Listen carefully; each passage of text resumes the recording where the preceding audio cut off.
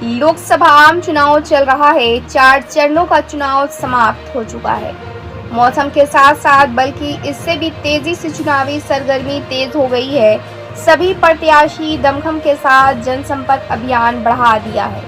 एक दूसरे पर आरोप प्रत्यारोप जारी है। जनता सबकी सुन रही है, खुद समझ भी रही है। इसी दौरान भारतीय आम आवाम पार्टी, जिनका चुनाव चिन्ह शिमला मिर्च छाप है, से काराकाट लोकसभा प्रत्याशी स्नातक डिग्री रखने वाले 35 वर्षीय युवा ओजस्वी काराकाट अकोड़ी गोला मुडियार निवासी अवधेश पासवान प्रत्येक दिन गांव-गांव, दरवाजे-दरवाजे जाकर समक्ष सशक्त और समृद्ध भारत बनाने, शिक्षा, स्वास्थ्य, रोजगार में सुधार, किसान को खाद, बिजली, पानी समय पर उचित दर पर मिले, इन सभी मुद्दों पर वोट देने का अपील किया। इलेक्ट्रॉनिक मीडिया के माध्यम से इन्होंने कहा कि डालमिया नगर रोहतास पूरे एशिया का मशहूर इलाका हुआ करता था, जिससे आज धूमिल कर दिया गया है, जो बहुत ही दुर्भाग्य की बात है। मैं इस क्षेत्र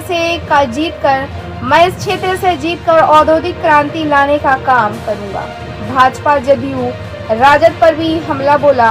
उपस्थित सभी लोगों से अपने पक्ष में शिमला मिर्च छाप पर वोट देने का अपील किया। ब्यूरो रिपोर्ट, बिहार दर्शन। अभी मैं काराकाट लोकसभा प्रत्याशी श्री अवधेश पासवान जी के साथ हैं। ये काराकाट का एक तेजस्वी और जुआन नेता हैं, प्रत्याशी हैं। इनके विचार को मैं जानूंगा। इन्हें बाप पार्टी से प्रत्याशी बनाया गया है, इनका क्या उद्देश्य है और लोगों को क्या संदेश देना है और किस तरह से लोगों को अपनी तरफ आकर्षित कर वोट मांगते हैं। अवधेश जी, आपका बहुत बहुत स्वागत है। आपको भी बहुत बहुत धन्यवाद। बाप पार्टी ने आपको उम्मीदवार बनाया है काराकाट लोकसभा संसदीय सीट से। आपका क्या उद्देश्य है और जनता किस तरह से आप अपने आकर्षित करना चाहते हैं? सबसे बड़े तो मैं बता देता हूँ कि मेरे चुनाव लड़ने का उद्देश्य मैं बता देता हूँ। मैं भी सबसे बड़ी चीज बता दूँ कि मैं भी काराकाट क्षेत्र का निवासी हूँ। मेरा गांव है बगल में मुडियार गांव है, ठीक है। तो मैं बता देता हूँ कि मुझे चुनाव लड़ने का उद्देश्य ये चीज ये रहा कि हमने आज तक अपने बचपन में हम लोगों ने वोट देखते इतने बड़े हो गए। 35 साल मेरा एज हो गया, लेकिन काराकाट के जितने भी सांसद हुए, एक भी हमारे काराकाट के मुद्दों के लिए इन लोगों ने पार्लियामेंट में आवाज उठाने का काम नहीं किया। काराकाट के सांसद सिर्फ जाकर पार्लियामेंट में सोने का काम किया। मैं एक गांवों को भ्रमण करके मैं देख रहा हूँ, एक गांव को मैं बात कर रहा हूँ। मैं उन हेलीकॉप्टर छाप नेताओं से मैं पूछना चाहता हूँ, उस ग्रास रूट पर उस गाँवों में जाकर देखिए आज भी गरीबी का आंकड़ा क्या है। मैं बिहार की 215 जातियों को मैं बात कर रहा हूँ, जिसमें आप गरीबी के आंकड़ा को देखेंगे, सरकार इसको छुपा रही है। हमारे नेता मंच पर आते हैं, उन गरीबी आंकड़ों को उन लोग नहीं बता रहे हैं। या समान वर्गों की बात हो, पिछड़ा की बात हो, या पिछड़ों की बात हो, या अनुसूचित जाति की बात हो, जिसमें इतनी गरीबी है जिसकी कल्पना नहीं किया जा सकता है। लेकिन हमारे नेता, हमारे सांसद सिर्फ जीत कर सोने का काम किया और मलाई खाने का काम किया। मैं इन सभी को एक चीजों को मैं उजागर कर रहा हूँ और आप सभी से आपके चैनल के माध्यम से आह्वान करता हूँ, इस पर वोट जातिवाद नहीं, इस पर वोट धर्मवाद पर नहीं, इस पर वोट भीड़वाद पर नहीं, इस पर वोट आप कीजिए शिक्षावाद पर, इस पर वोट कीजिए स्वास्थ्यवाद पर, इस पर वोट कीजिए आर्थिकवाद पर, इस पर वोट कीजिए महिलाओं के सम्मान के लिए, और इस बार वोट कीजिए छोटे दिखाइए इन चैनल वालों को, इनको दिखाइए कि इन छोटे बच्चों को भविष्य के लिए वोट करना पड़ेगा। जब तक हम इन छोटे बच्चों और महिलाओं के लिए हम नहीं करेंगे, तब तक हमारा नेता आपको भीड़ में खड़ा करके इन लोग बेचते रहेंगे। जब तक आपसे मैं आह्वान कर रहा हूँ चैनल के माध्यम से, काराकाट के सभी मैं जनता से अपील करता हूँ, आपको जगना पड़ेगा, सोई हुई चेतना को जगाना पड़ेगा। जब तक आप उपभोक्ता बनकर वोट देते रहेंगे, हमारा नेता मलाई उन लोग खाते रहेंगे। अपनी वोट अपने शिक्षा और स्वास्थ्य के लिए देना पड़ेगा। मैं बात कर देता हूं भारतीय जनता पार्टी की। ये भारतीय जनता पार्टी जो कहती है कि हम महिलाओं का सम्मान देते हैं, लेकिन भारतीय जनता पार्टी ने एक भी महिलाओं का टिकट नहीं दिया। ये सम्मान नहीं, ये भारतीय जनता पार्टी ने 6 करोड़ महिलाओं का अपमान किया इन लोगों ने। अभी जनता पार्टी 400 पार की नारा लगा रही है, इस पर क्या मिशन, कैसे क्या ये इस मिशन को आप भी समझ सकते हैं कि वही वो सिलेंडर है जो 350 से मिलकर आज कितने 100 चला गया। ये 400 पार आप कल्पना कर लीजिएगा, ये 400 पार किन चीजों की लोग बात कर रहे हैं। ये 400 पार सीट का नहीं, आने वाला समय में बता देगा कि 400 पार का मुद्दे क्या है। हमें तो पूछना चाहता हूँ देश के यशस्वी प्रधानमंत्री जी से, जो 2014 में गरीबी के आंकड़ा 40 करोड़ था और आज वो आंकड़ा 80 करोड़ बढ़कर हो गया। ये जिम्मेवारी उनको लेना पड़ेगा। हमारे भारत के लोगों को हमें राशन नहीं, हमें शिक्षा चाहिए।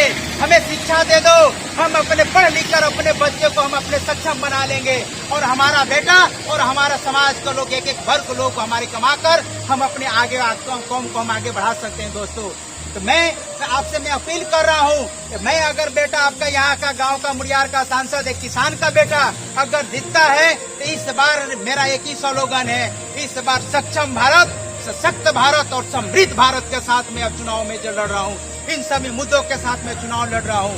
मैं आपसे अपील कर रहा हूँ बार बार, मैं एक एक गाँवों पे जा रहा हूँ, एक एक आप मेरे सोशल साइट को भी देख रहे होंगे, लेकिन क्या स्थिति है, दुर्भाग्य है।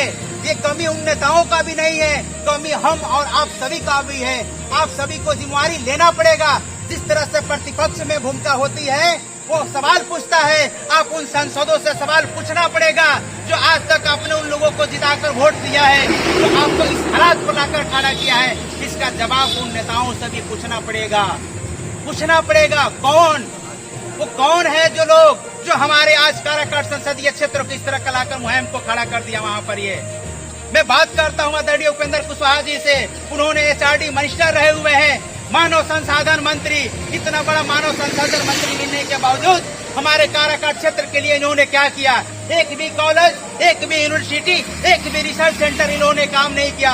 एक भी हेल्थ पर काम नहीं किया, एक भी एजुकेशन के लिए काम नहीं किया, एक भी काम एग्रीकल्चर के लिए काम नहीं किया, एक भी काम डेवलपमेंट के लिए काम नहीं किया, एक भी काम पर्यावरण के लिए भी काम नहीं किया। दोस्तों, ये हमारा काराकाट क्षेत्र एक कृषि क्षेत्र में जाना जाता है। यहाँ के किसान दर दरे के लिए ठोकरे खाए हुए फिरते हैं और खाद के लिए लाइन में लगे हुए रहते हैं, लेकिन उनके लिए अलग से कोई सिस्टम इन लोगों ने नहीं बनाया।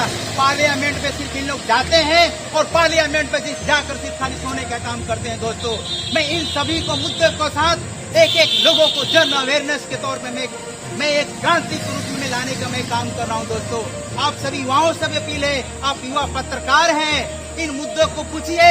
जो सांसद इतने सालों तक जीतकर गए हुए हैं, आपका ये सवाल पूछना पड़ेगा। जब तक आप इन सांसदों से सवाल नहीं पूछेंगे, हमारे सांसद ऐसे जाति के नाम पे, धर्म के नाम पे और भीड़वाद के नाम पे वोट लेते रहेंगे।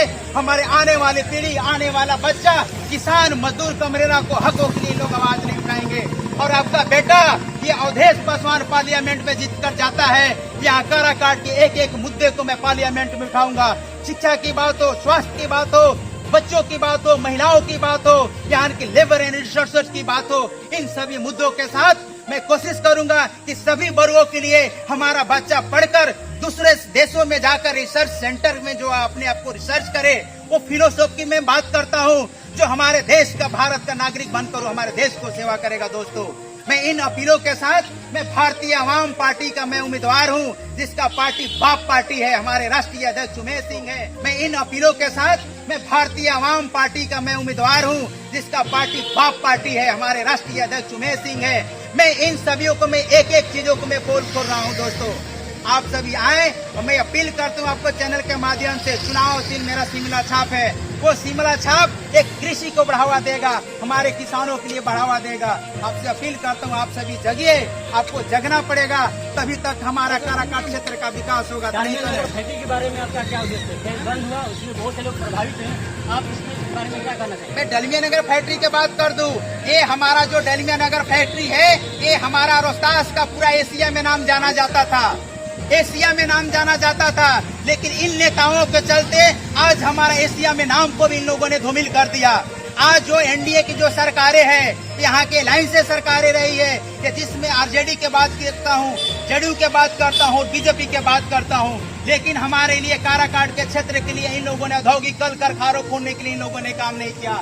दोस्तों, ये आर्थिक स्थिति जो जनगणना हुई है, इस पर इन लोग एक एक मुद्दे को इन लोग जवाब नहीं दे रहे हैं। मैं सवाल पूछ रहा हूँ, आपको जवाब देना पड़ेगा।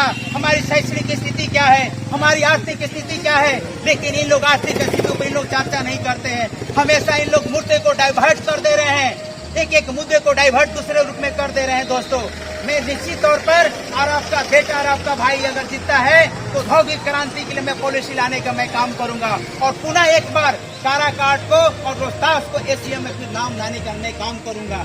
ये मेरा कर्तव्य और मेरा ये संकल्प है।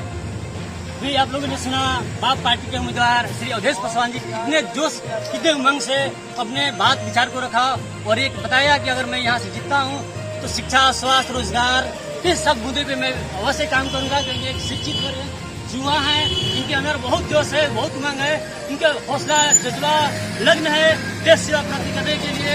और ये आप सबसे अनुरोध करते हैं कि मेरा बाप पार्टी से सेवा था पर वोट देने का ये विजन है। 10 न्यूज़ से मैं सुशील कुमार।